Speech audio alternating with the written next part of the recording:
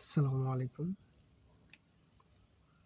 সম্মানিত ভিউয়ার্স, আজকে যে অঙ্কটি নিয়েছি অঙ্কে বলা হয়েছে যে 5টি লিচুর যে দরে ক্রয় করা হয় 4টি লিচু সেই দরে বিক্রয় করলে শতকরা কত লাভ বা ক্ষতি হবে।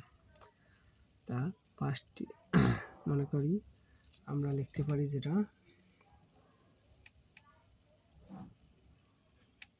মনে করি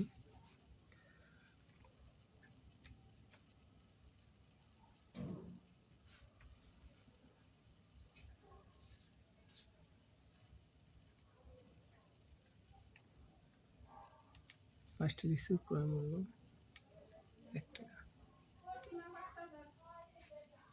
আমরা মনে করি 5টি লিচুর ক্রয় মূল্য 1 টাকা। আর একটা লিচুর ক্রয় মূল্য হচ্ছে 1/5 টাকা। তাহলে আমরা আবার লিখতে পারি যেহেতু 5টি লিচুর ক্রয় মূল্য 1 টাকা, তাহলে বিক্রয় মূল্য 1 টাকাই হবে, কারণ 5টি লিচু যে দর ক্রয় করছি 4টি লিচু সেই দরেই বিক্রয় করছি। তাহলে আমরা লিখতে পারি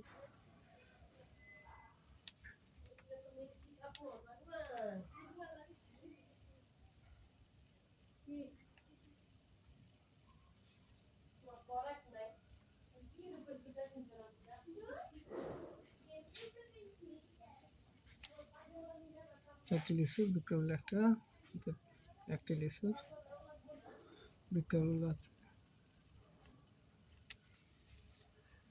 1 টাকা। তাহলে কি হলো, 1 টাকা যদি আমরা 5টি লিচু ক্রয় করি 4টি লিচু বিক্রি করি তাহলে আমাদের লাভ হয়। তাহলে আমরা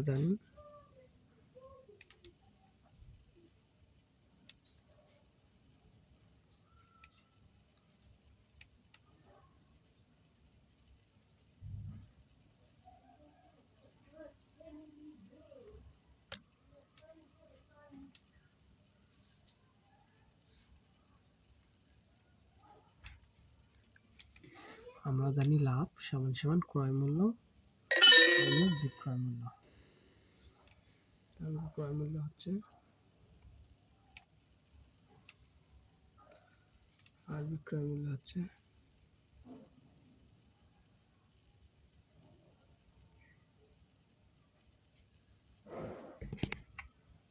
সরি অঙ্ক ভুল আছে। আমরা জানি লাভ সমান বিক্রয় মূল্য মাইনাস ক্রয় মূল্য। তাহলে এটা হচ্ছে বিক্রয় মূল্য মাইনাস, ভুল হয়ে গেছে, ক্রয় মূল্য। তাই আমাকে বিক্রয় মূল্য 4-1 হলে ক্রয় মূল্য হচ্ছে 5-1।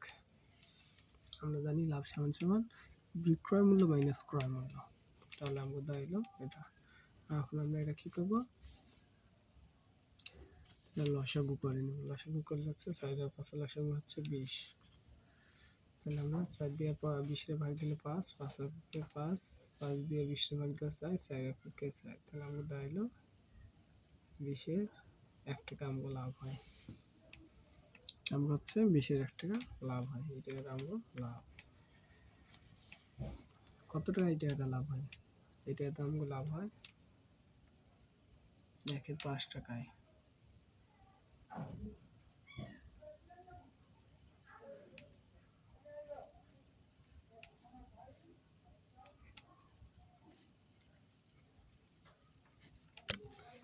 একের 5 টাকা লাভ হয় 20 টাকা, অতএব 1 টাকায় লাভ হয় কম। কম হলে কি হবে, ভাগ হবে। তাহলে 1/20 ভাগ 1/5 টাকা। এবার আমরা লিখতে পারি যদি শতকরা কত টাকা লাভ হয় বলা হয়েছে শতকরা, তাহলে আমরা লিখতে পারি 100 টাকা লাভ হয়। তাহলে 100 টাকা কি বেশি লাভ হয়, বেশি হলে কি হবে, গুণ হবে। তাহলে 1/20 ভাগ 1/5 গুণন 100। আমরা জানি ভগ্নাংশের ভাগ যখন দেওয়া থাকে এটা গুণ হবে। গুণ হলে কি হবে, নিচের হর লব হবে আর লব হর হবে। আমরা জানি 1/20, আমরা যখন এটা গুণ দেবো তখন 5 যাবে উপরে, 1 আসবে নিচে, এরপরে হবে গুণন 100। এই শূন্য কাটলাম, এই শূন্য কাটলাম, এই 2 দিয়ে 10 কাটলে হচ্ছে 5। তাহলে সমান কত হচ্ছে 25 টাকা। শতকরা লাভ হলো 25 টাকা। বিউটি শতকরা লাভ কতটা? আমরা লিখতে পারি 25%। এটাই অ্যান্সার।